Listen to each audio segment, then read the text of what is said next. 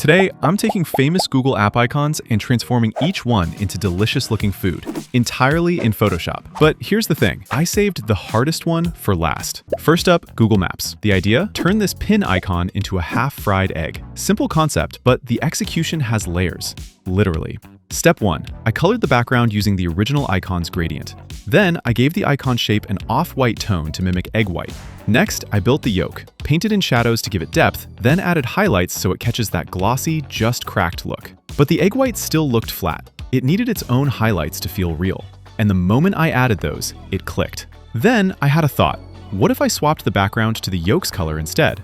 So I made two versions. You tell me, which one looks better? Solid start, but the next one? That's where I had to get creative. All right, Google Assistant. 4 colored circles. Should be straightforward, right?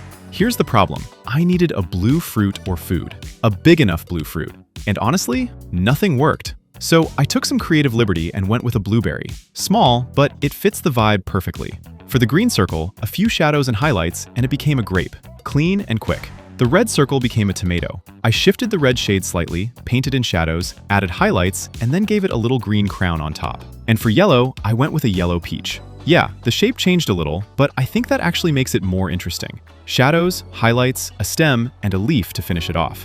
Now, I made 2 versions here. Personally, I liked the one with leaves. It feels more alive. 2 icons done. But the next one, YouTube, I decided to turn it into jelly. I had to create multiple wobbly shapes using different shades of red, layered on top of each other, to build up the thickness, depth, and translucency that jelly actually has. Then, I painted in tiny bubbles scattered throughout, because real jelly has those little air pockets trapped inside. Then came the highlights. Without them, jelly just looks like a red blob. You need that reflective shine. But here's where it went wrong. Once I painted the highlights, the play button icon basically disappeared. It got swallowed by all the shine. So I pulled back the opacity on every highlight, especially the ones near the icon, until the play button was clearly visible again. I painted a single, large, sweeping shine across the top. And that was the moment it came together. YouTube as jelly. Done. Now, from here, the difficulty ramps up. Google Drive. This is where things got interesting. I had a bunch of ideas, nachos, tacos, but ultimately I landed on onigiri, Japanese rice balls. The triangular shape of Drive's icon just begged for it. I built the onigiri shape with matching proportions, duplicated it, placed one on each of the 3 folds, and erased the overlap. Then I painted in shadows, but shaped them specifically to look like rice texture, not smooth clouds. Once that felt right, I scattered individual rice grains across the surface for extra realism. Then I wrapped each one with nori, the seaweed strip. But then came the color problem. Drive's icon is blue, green, and yellow, and onigiri is white. So I did some research. And this is where it gets wild. Apparently, rainbow onigiri is a real thing. Different fillings create different colors.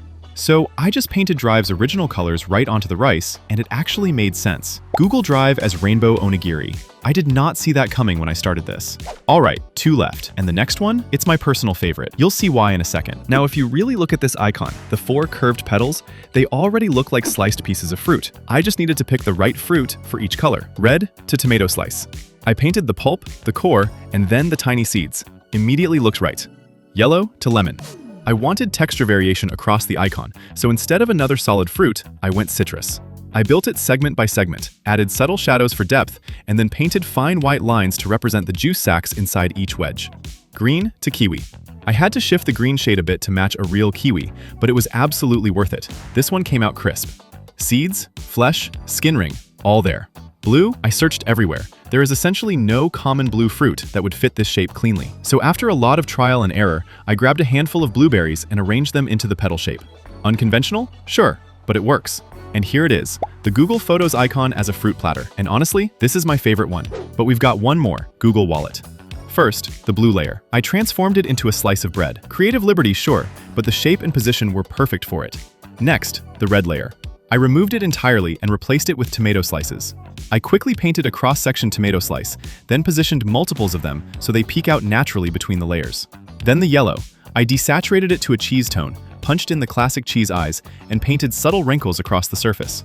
Instantly recognizable. And finally, green. A few cabbage leaves with painted veins running through them. Stack it all together and the Google Wallet sandwich is done. So, 6 Google app icons, 6 foods, all built from scratch in Photoshop. Now I want to hear from you. Which transformation was your favorite? And more importantly, which app should I do next? Drop it in the comments. Thanks for watching. I'll see you in the next one.